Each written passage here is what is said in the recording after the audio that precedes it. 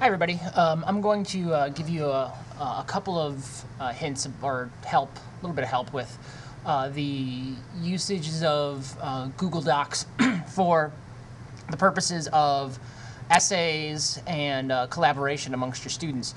So this is going to go with the presentation I'm giving today at our faculty meeting about Google Docs. So if you missed anything at the faculty meeting, this is a way for you to get a chance to see up close, and maybe with a, as you're doing it, you can see a version of this that might work out. So this right here is a basic, this is your basic page when you guys log in to your email. It should look something a little bit like this. I've touched mine up a little bit with some extras.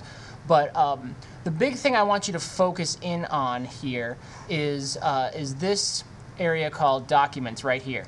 Under Documents, if you click on that, you'll be brought to a site that looks a little bit like this.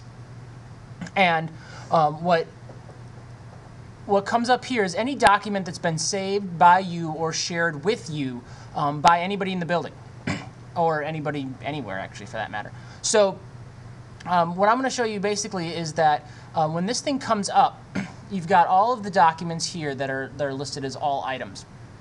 Now, what's cool about Google Docs is that this allows you to collaborate pretty much in real time with other people, and let your students also collaborate in real time with other people. So if I give you guys a sense of how this works, is that the simplest way to look at this is that let's say I'm teaching on law right now, and so this is the examples of the laws of Manu. And so here's a bunch of laws that I've sort of copied and pasted in here and written out, and you can see everything that's been written. Now, if you'll notice, up here, it says when it was last updated.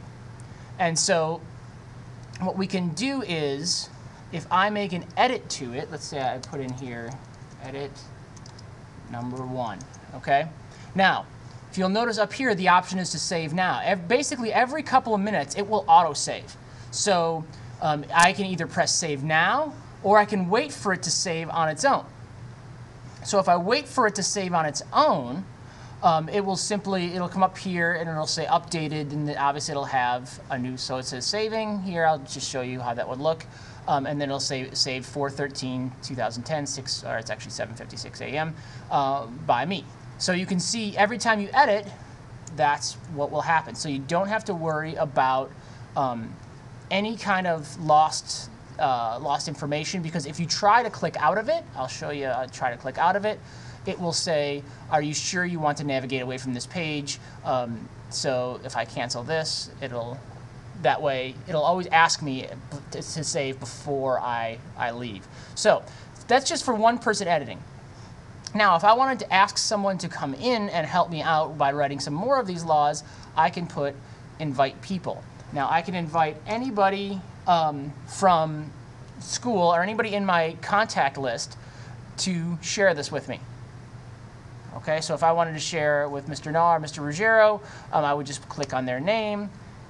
And then this could send them, along with what will be sent to them, that you could put an email message in here saying, I'm looking to do edits on this. Please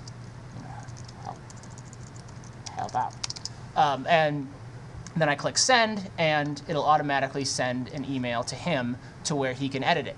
Then, if I want to see who has access to it, I go down to that share button and go to see who has access. And this will tell me who has access. Now, you'll notice that it says my name is the owner, or can edit, or can view, or none. So anyone at Francis Parker School, that's none. That means that the only person who has access to this is me. Now, if I wanted to change that, I can say anybody at Parker can edit it, anybody can view it.